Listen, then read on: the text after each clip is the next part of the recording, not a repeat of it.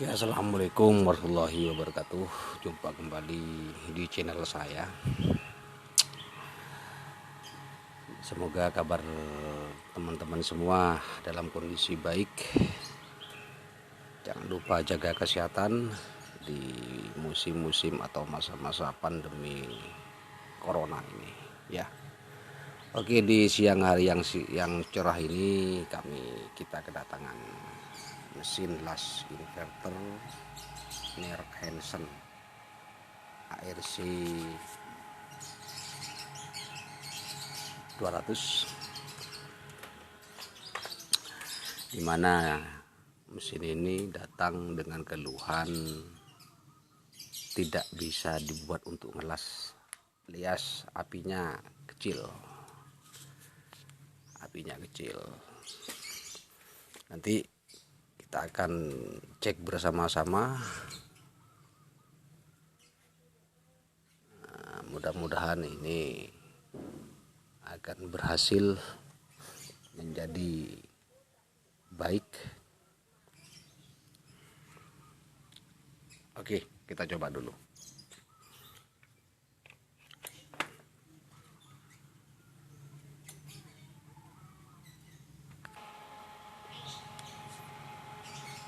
Kita coba dulu untuk memastikan.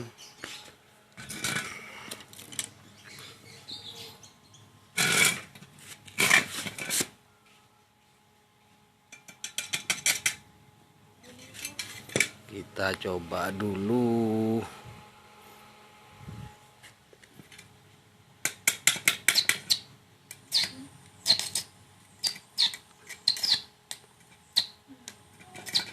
Betul-betul ini memang bermasalah. Sama sekali tidak bisa dibuat ngelas ini. Ini untuk ajus ukurannya sudah 60% ya. Kita coba fullkan. Ternyata tetap saja tidak bisa dibuat las.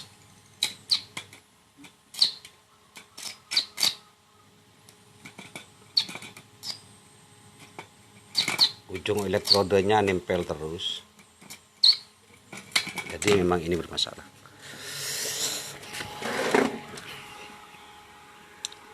Oke, kita coba ukur-ukur lebih dahulu.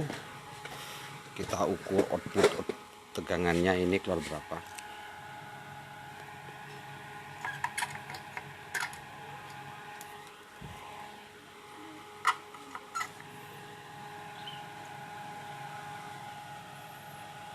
Untuk output tegangan keluar 118.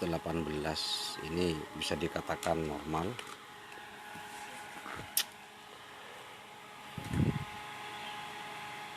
Kita coba sentuh bodi dari PTC.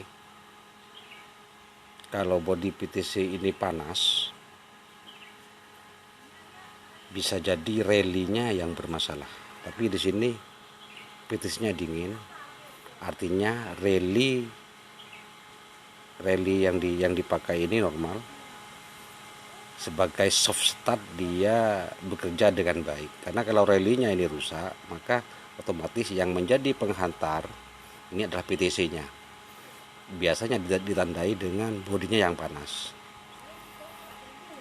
Dan saya dengar tadi ini untuk kipasnya, fan-nya ini saat dicoba buat ngelas itu putarannya masih normal, tidak menurun. Jadi bisa dikatakan untuk rangkaian soft start-nya ini bekerja dengan baik atau normal. Jadi kerusakan ini bisa dipastikan di bagian inverternya.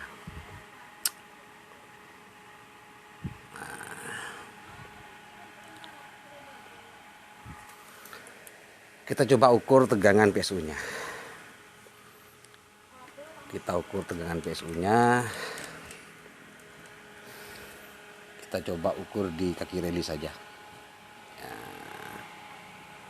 Ini kalau normal sekitar 24 sampai 26 volt.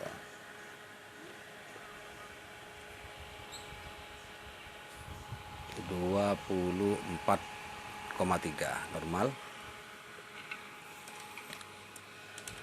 Api kecil seperti ini biasanya disebabkan oleh rangkaian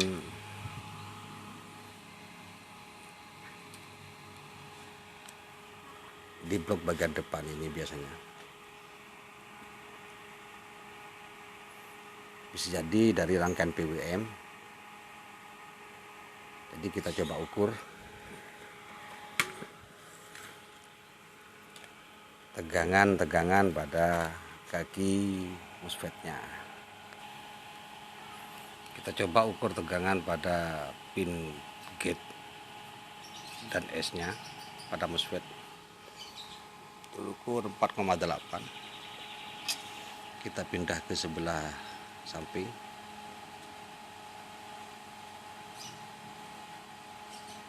Agak sulit memegang probe dan juga kamera.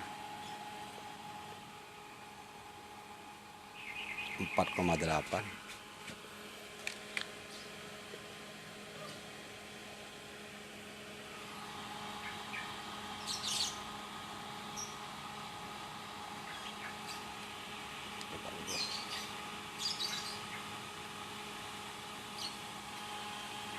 Saya kira bagian kanan, bagian samping juga sama.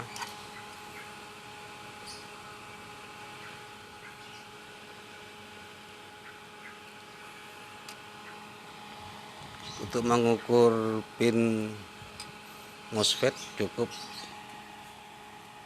dari samping, dari sebelah kiri, dari sini saja. Nah, karena ini topologinya adalah full brick. Jadi coba kita ukur kembali.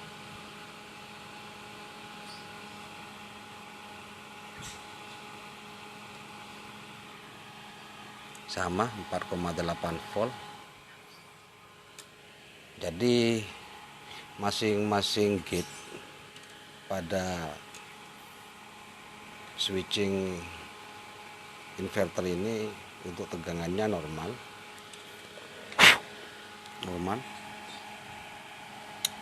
Sekarang kita coba cek ukur frekuensinya.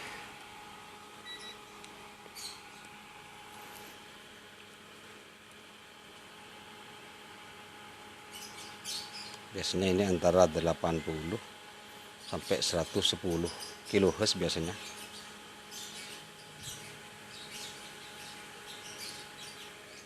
Terukur 97 kHz. Kita coba ke kiri, pindah ke samping. Sama 97 kHz. Coba di sebelah kanan.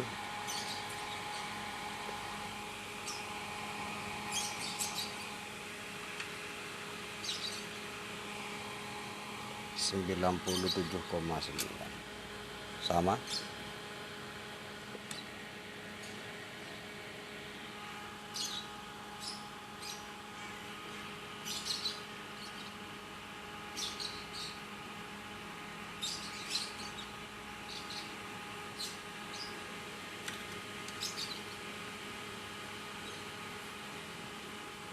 Sembilan puluh 97 sama. Untuk frekuensi tidak ada masalah untuk PWM-nya ini. Jadi saya ada keyakinan bahwa bagian depan yang bermasalah. Bagian depan.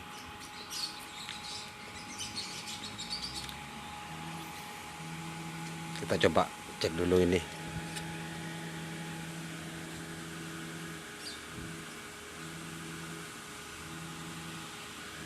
Untuk potensinya.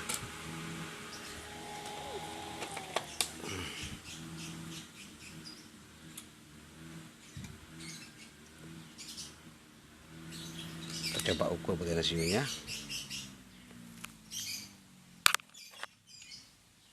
Dari kiri ke kiri, dari samping ke samping. Seperti ini. Coba ukur. Biasanya kalau normal ini akan terukur 1 kilo ini 1 kilo ya. Dan sudah saya coba ini menggunakan avometer manual analog. Ini untuk potensinya tidak ada masalah.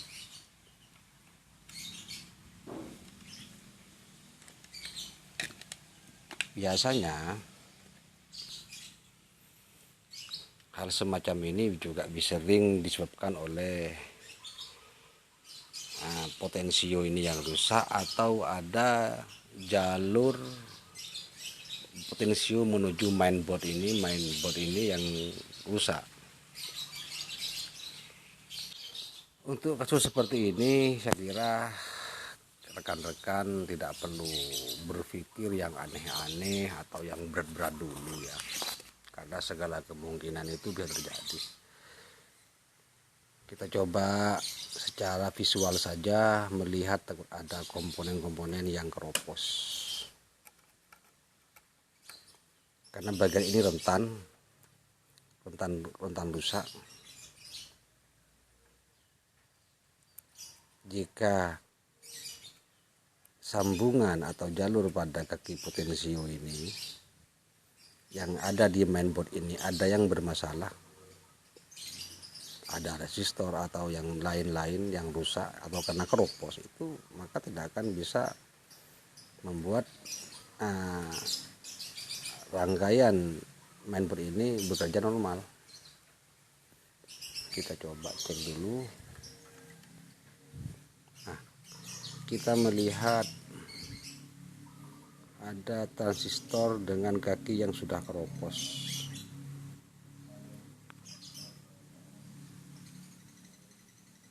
Kita coba oklek-oklek.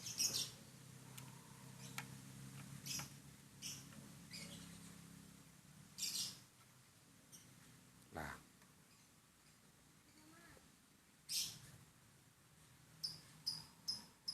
ternyata ada transistor yang keropos. Dan ini posisinya berdekatan dengan jalur potensio.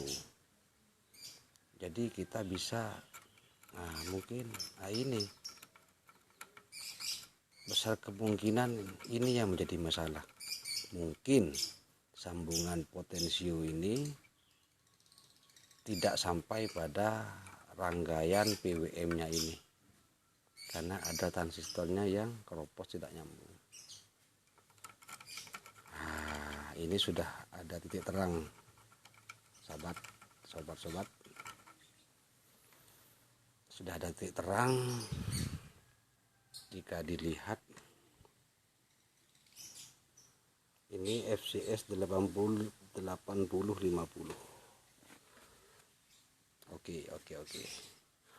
Oke, saya jeda dulu ini. Saya akan coba cari penggantinya. Yakin ini permasalahannya ini, yakin.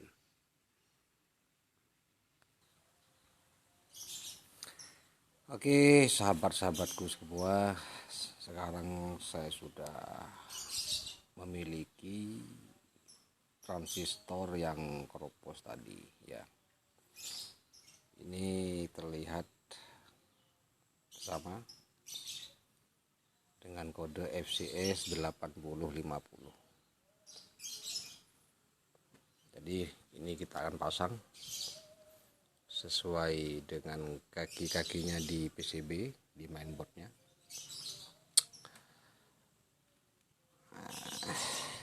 Kita ngopi dulu ya, biar pikiran jadi tambah fresh ya. Kopi dulu ya.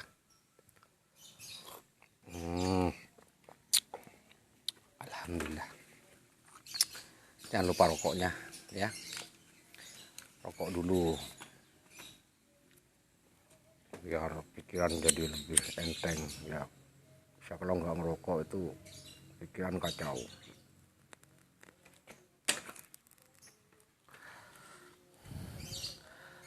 Bagaimana cara memasangnya? Saya kira kita tidak perlu membongkar atau mengangkat mesin ini.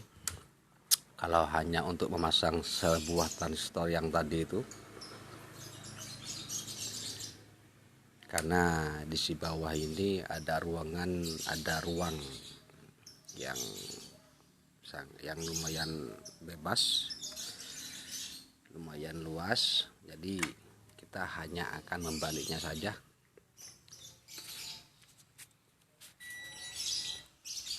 Kita balik mesinnya seperti ini. Kita tidak perlu membongkar atau mengangkat mainboardnya ini karena terlalu banyak yang harus dibuka. Jadi cukup nanti kita sedot kaki-kakinya dari bawah.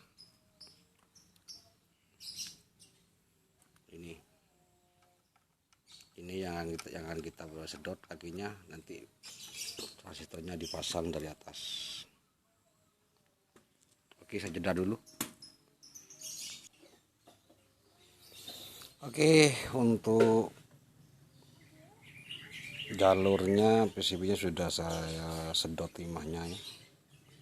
Lumayan agak sulit jika kita tidak melepas keseluruhan pada mainboardnya ini, tapi itu akan mudah jika kita melepas juga dulu pada ini multitune-nya ini, pada VR trim pot multitune kita lepas juga ini dulu, baru kita bisa melepasnya, mencabutnya dulu dari atas.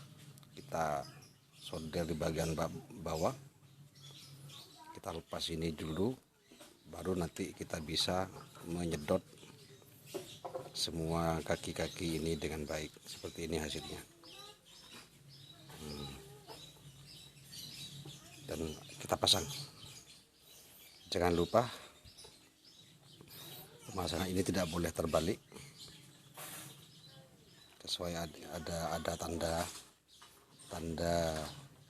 trimnya, ada tanda trim.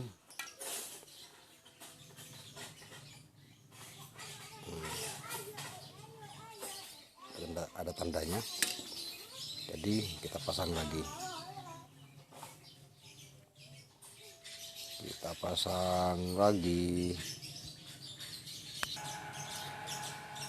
Oke teman-teman, sahabat-sahabat YouTube, ini sudah saya pasang transistor dan trim pot multitune-nya, sudah saya pasang dan sudah saya nyalakan. Tinggal uji coba.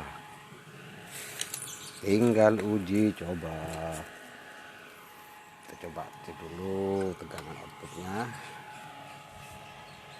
tetap 117 atau 18. Kita coba pakai stang.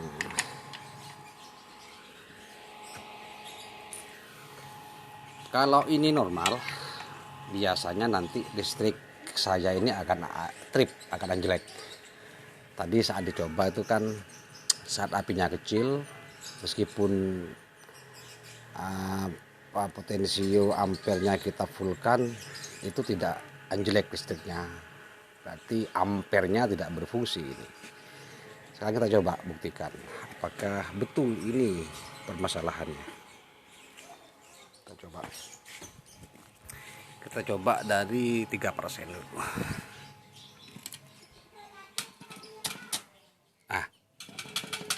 Apinya besar dan listriknya trip. Ini listriknya trip. Tadi dicoba 3% pada current adjustnya. Listriknya trip, artian ampernya sudah bekerja ini. Jadi bisa dikatakan mesin las ini sudah normal. Nanti akan kami coba kembali pada listrik yang lebih besar.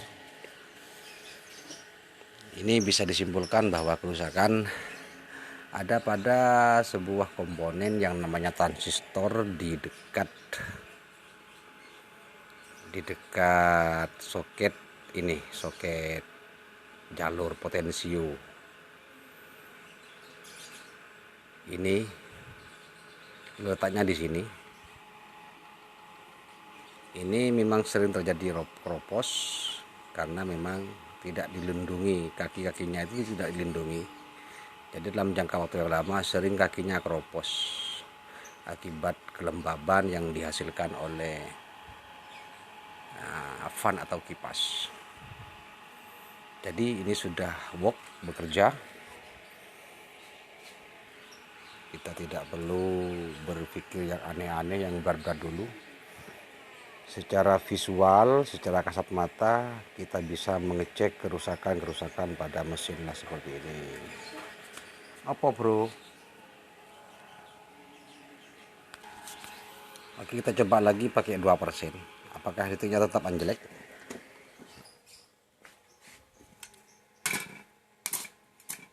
Apinya besar dan bisa dipakai buat ngelas. Ini sudah tidak seperti tadi.